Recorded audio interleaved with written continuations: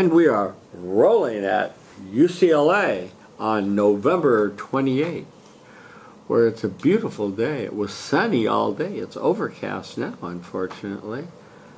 I think that's got to be global warming that's causing that. You know, I think Al Gore is right. Take it later. Yeah, Al Gore. Yeah, he's my hero. Not. Okay, Daniel was given 3 topics as Speaker 5, and they are imagination at work from General Electric, impossible is nothing from Adidas, and the few, the proud, the Marines. And yes, Daniel, you guessed it. I have to hear the few, the proud, the Marines. Okay, so real quick before we start, like I can barely walk around. You want to slide the table down toward me a little bit? I'll do that.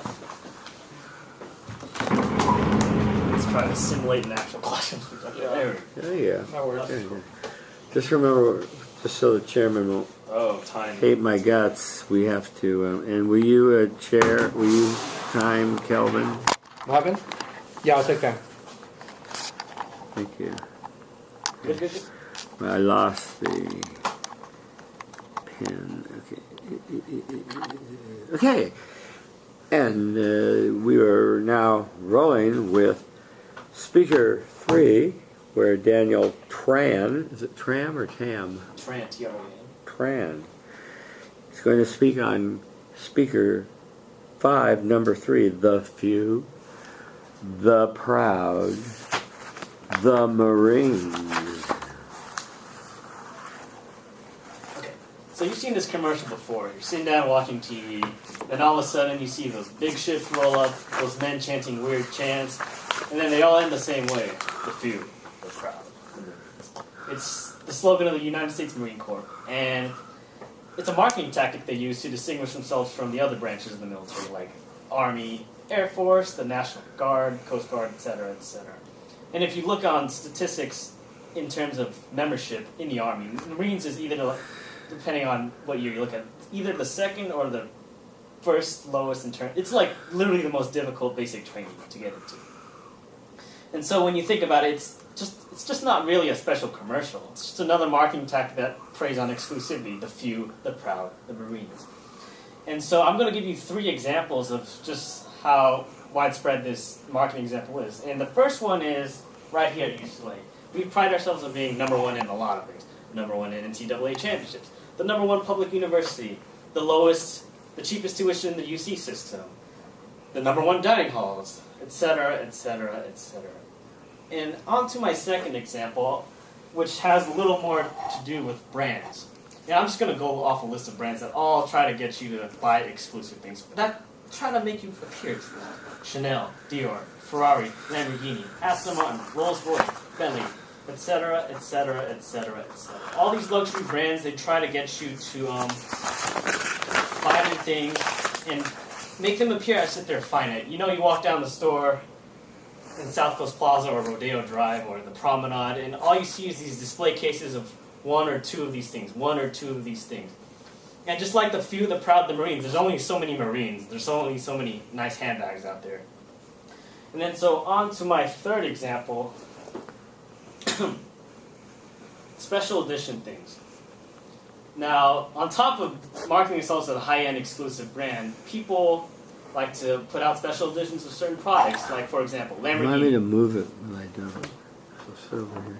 Lamborghini, they have this car called an Inventor. It's already $400,000, right? So how do you make more money off your customers? Well, you stick on 50th anniversary or some little 2 letters after an SV for super veloce. Or if you're Ferrari, you do the exact same thing. You put out a car creatively named LaFerrari, and you charge $1.5 million for it, and you only say, oh, it's 1 out of 500. And people buy them. People will buy it up. Yeah. And so at the end of the day, this slogan, the few, the proud, the Marines, it's not really anything special. I mean, sure, there are a few proud Marines, but their marketing slogan is not anything special. Okay, that's it. 255. Oh, wow. Okay, thank you, Daniel. Well, let's talk about this. Let me try to say that I like the examples you came up with, and I thought you answered the question rather literally, and so that was okay. It was okay. Yeah, it was okay, but I would rather have seen a little more creativity, a little more polish, and the few, the proud, the Marines. And I don't know if you, and I don't know if you felt from my instructions that you were entitled to do this, but to look into a little bit of the history of the Marines, and are they really the few, the proud, are they really that special? I know they're selective, and are they the most effective fighting unit as opposed to the SEALs? I don't know. Anyway, so you had the introduction of referring to the commercial and the ships sailing in and the proud of the Marines, and so I would like to tie back to that commercial, okay? Because you kind of ended on not a great vivid picture of coming back to where you started, coming to full circle. And I'm really after that is in writing and anything you do. You see it in screenplays, you see it in movies. I just saw the Murder on the Orient Express, and they started with a balanced scale, and they ended in the tie back with the scale of justice. Were these supposed to be like impromptu speeches, or like polished speeches that you just happen to pick one out of three? Impromptu, but more polished. Okay. Because you had a week or a couple of weeks, or whatever it was. You had a week, right, to I just play around with it. Put 2 points down and was like, all right, it was impromptu. It was impromptu, and maybe that was my fault in sort of giving people a bad impression. That was, fly off with it sort of thing. You said the meaning is self-explanatory, and you're right. It is used to distinguish them from the other service corps, and that, I think, that is the big point. I would have liked to have had you say, I'm going to give you 3 examples and just briefly say, here at UCLA, lecture branding, and then go into what's happening here at UCLA. I would have liked you to have said, the debate team national champion 7 times. And the dean is proud of that. The chairman of our department is proud of that. They say that to alum when they're trying to fundraise. And it goes back, Daniel. I don't know. I'll just ask you this question quickly, and we'll get on to him. What is your definition of human nature?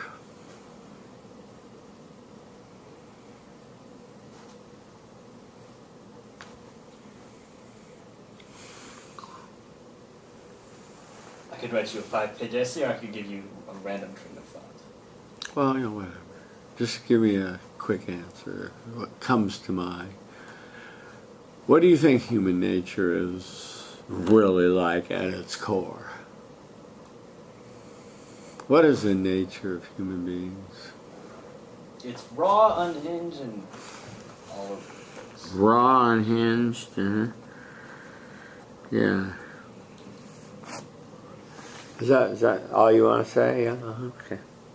See, I tie this to my personal belief, in my opinion, to quote the good wife, that human beings are animals. Not long ago we were fish and swinging from trees as gorillas, so there's still an animal dimension to what we do. But we're not only just animals, but we're status-seeking animals. And status-seeking animals. And people are constantly seeking status for themselves, for their university, and the Marines are no different, and they're seeking status for their branch of the service, you know. So maybe I would have talked about that in terms of human nature. I'm just giving you an example of the kind of brainstorming of going beyond just, you know, okay. Yeah, I just wanted to make it like, oh, you have your 90 seconds. UCLA, you know, Ferrari, and, you know, McDonald's. Okay, I'm done. Let me get the hell out of here. You know, right? So, yeah. And you had some other ones here, the Supremes, the Frank Ocean t-shirt, and special edition shoes. And I would have liked to have heard about those, but I didn't. Those, so. Yeah. But to your benefit, you didn't use notes, so that's a good job. So thank you very much. Okay, So let's hear the. Were you time frame, or do you have to make like a tree and leave, a banana and split? Okay. So I don't know where these come from. They're just. Wait a minute. Where they come from? I've assigned you. Yeah, no, I have them. Yeah, they're assigned. I just don't know if they're corporate. They're not corporate. If that helps. Oh well, okay. Okay, well, you want me to turn to you where you're assigned, right? Yeah. Yeah. Okay, yeah. Fine, I'll do that. Okay, we'll go down there to the end of the table where you belong, and we'll. Here's your. And here's the outline. Yeah. Okay. Yeah. So this is the first, second, And third. Yeah. Great. Okay. They would be if you double space it. There would be 2 pages each. Yeah, that's fine. Yeah. Okay. Let's see. Kelvin. How do you say your last name? Manjares or What? Manjares, because it's in Spanish. It's from Spain, so. España. Yeah, it's a European. How do you say it it's a city in Spain. What? Manjares. Manjares. Yeah, there you go. It's a small city in Spain. Great, well, welcome to the United States. ancestry Welcome thing. to the United States. Okay, It's great. cool. Okay, good. No worries. Okay, good. Yeah. Well, I'm Can I sorry I mangle it every time. It's I okay. call you Manjaris. Oh, that's fine. I get that a You lot. get that a lot. Too, I'm fine right? with it. Yeah. Okay. Kelvin, Yeah. get over in the center. Stand back because you're a different height than Daniel. I'll have to adjust the damn camera. There we go. Oh boy. Come on, Betsy, work for me.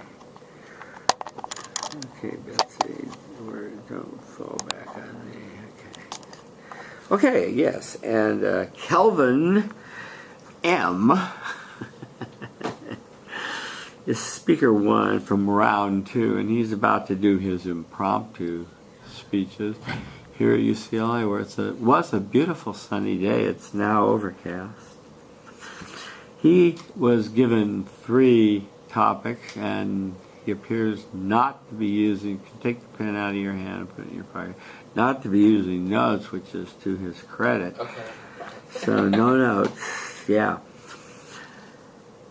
His first topic is from Malcolm X. If you're not ready to die for it, put the word freedom out of your vocabulary.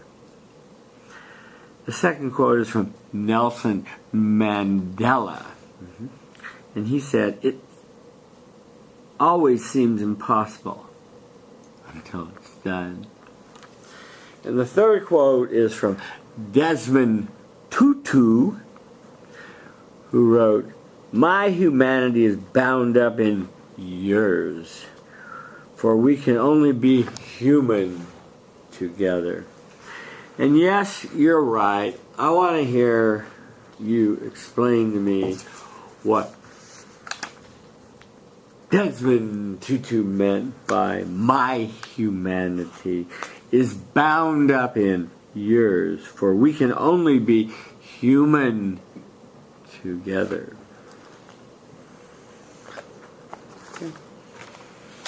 So now I want you all to look at the person right next to you. Now when you look at that person, I want you to think, do they like the same food as you do? Do you look the same? Do you like to read, do you like to read the same books? Chances are, this is not the case. Today I will be answering the quotation by Desmond Tutu. If your humanity, we are bound together by our humanity. We are bound together by our humanity. And that's like and that's the quotation. Today I want to talk about how I interpret this. I interpret this as specifically, we are similar, we are human beings, and because we have that inherent similarity, we should respect our beliefs and we should respect ourselves as individuals. I disagree with this statement. I'll give you 3 points of contention for why I make this claim. First, we will look at the Bill of Rights and how that founding document was essential to sort of promote the individual at the expense of the group identity.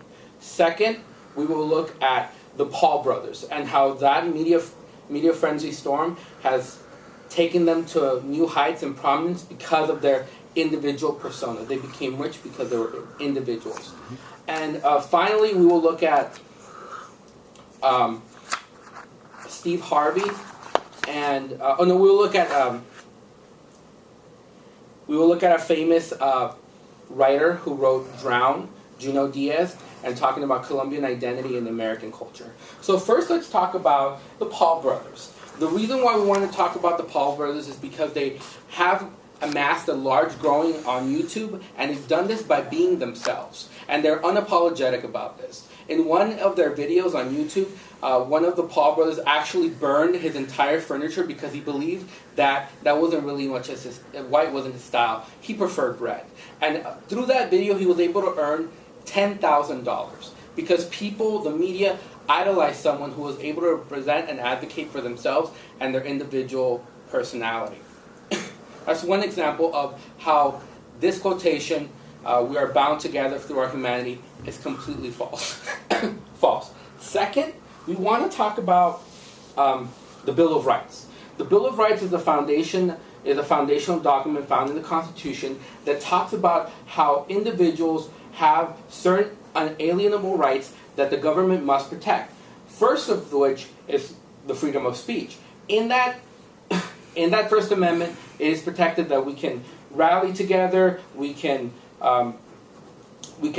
practice our own set of beliefs, and that's something that the Bill of Rights protects because it recognizes that the individual is important and every person, again, is autonomous and they have the right to practice their own belief system, their own values, and show that into the public eye.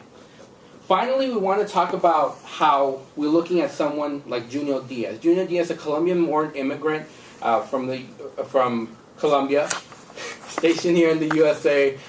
He struggled with the identity, and he wrote about it extensively in Drown, where he specifically talked in the titular title, Drown, where he talks about how his identity was fragmented because he could not reconcile this. He did it by talking through a young boy who in school was told that his culture was not worthy, and he needed to, quote, act more white. So in this sense, his culture was fragmented, and he committed suicide as a result at the end of the story. So as you can see, this case of Desmond Tutu's argument about how we're all together and how we're all part of a collective because we are all humans is completely, by my interpretation, false. We gave 3 reasons for this. We looked at the Paul brothers, their rise to fame on YouTube because they expressed their individuality. We looked at Drowning by Junot Diaz and how he was able to talk about the issues surrounding immigrant status and reconciling that with American culture. And then finally, we look at the Bill of Rights and how the Bill of Rights was an important founding document that was not, that did show and express how individuality is an important part of our being as Americans. So I would like to say, once again, I disagree with this case. I disagree with the statement. for the following reasons. And so next time you look next to the person next to you, realize you're individuals. You're not just someone that has to say that you have similarities because you're sitting next to each other. Thank you. Okay, thank you very much. Clap, clap, clap, clap. What was the time? 5:10. 5:10. Okay, well that got it within time, and there was no notes, so that was good. Calvin, a couple of housekeeping things, and then I'll talk about the substance of your argument. Give me the bad first. The I'll bad take it. first. Okay. Be brutal. Be brutal. Be brutal. Yeah. You start. I think. I think that this topic really demanded a little definitional work so that we knew what you meant by my humanity.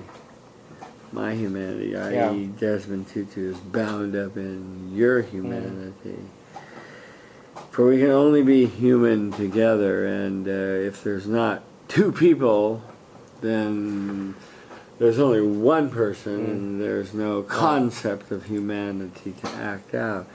But I think you really needed to say what you meant by humanity, because you were all over the landscape. That's individuality. Yeah, in terms of your link to individuality, etc. So that was my first problem. My second problem was,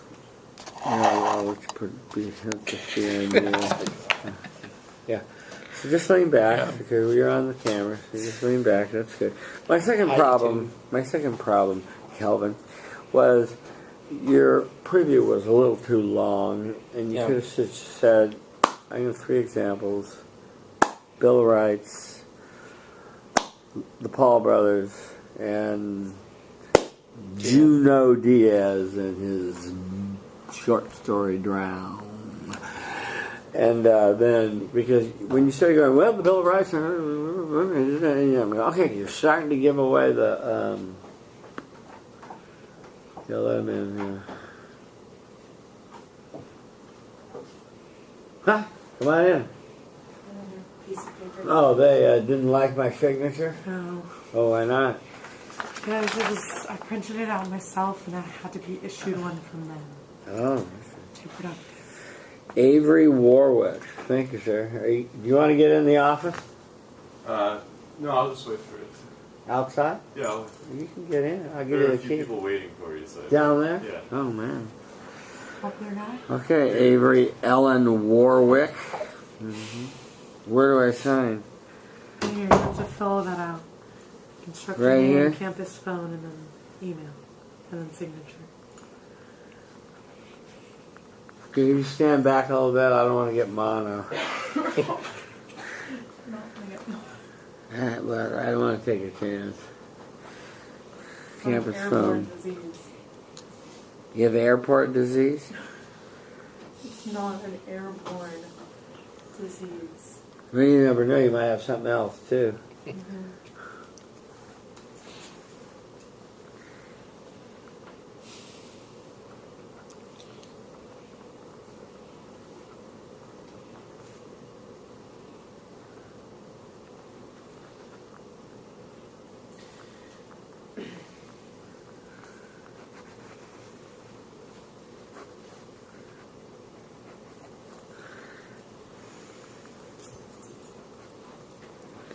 Yeah, There it is, there, Avery. I like that name, it's different. Thank you. I like your glasses. Thank you. Remind me of mine. Thanks. I'll see ya. Have a great rest of your quarter. See you next quarter. Bye. Okay, let's keep going. Yeah, so, I can do this quickly while I eat my apple. The preview is too long. Too long. The preview you did give, you changed the order when you finally went to give the speech. So, in the oral medium, that confuses the hell out of Yeah, I did that because it started off with the quote. Like, I had everything down. It's like I couldn't remember the verbatim the quote. That's like a cardinal rule of impromptu speaking. So I was just like, I should have just had something written up. So I messed up. So that threw everything off. Everything else I kind of had set in stone. It was just that freaking Well- quote. Yeah. That brings me to my next point was you didn't speak the quote correctly. And in not speaking the quote correctly, I knew right away you were going to screw it up and you weren't going to define the quote correctly because you said it wrong and you made it into a different quote than what the quote said. Shit. I should have just gone corporate. So the lesson is, and you knew this, by the way. Yeah. You only get one chance to make a good impression. Yeah. And that beginning quote's got to be Yeah. nailed in your head. Yeah, I was expecting the other two, not that one. I thought the Bill of Rights was pretty good. The burning the house down, was it that you said, he's so out of my league that there's no humanity between me and him? What I said was that because he was so willing to just out of nowhere burn his house down because it was not his style. Furniture, he was his individual. His furniture. Yeah, his furniture because it wasn't his style. So he wanted to express his individuality. So he went as far as to burn his house down. So that's where he got that sort of individuality tag. Willing to destroy property to. No. I can get the link to the humanity in the two people, in you and I, and why you didn't understand his humanity and his desire to be an artist and express himself. Yeah. I like the Diaz example. You were strong in talking about the boy committed suicide. And, that was good. So, overall, give it to me straight. I've always, like the doctors. We need it at the end to say, so I've given you 3. There should be no doubt. I did say that. You did that. I've given you 3. Say them, and no doubt in this room. Everything 2 is wrong, and then tie back. So you look around the room. Yeah, get that. So, good job. How did I do? I gave you a 90. Oh, thank you, Professor. Give me. That was a gift. Okay.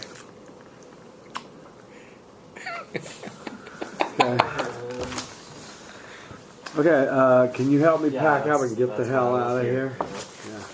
Do you need help? Yeah, I need a lot of help. Okay, let's get out of here. Yeah.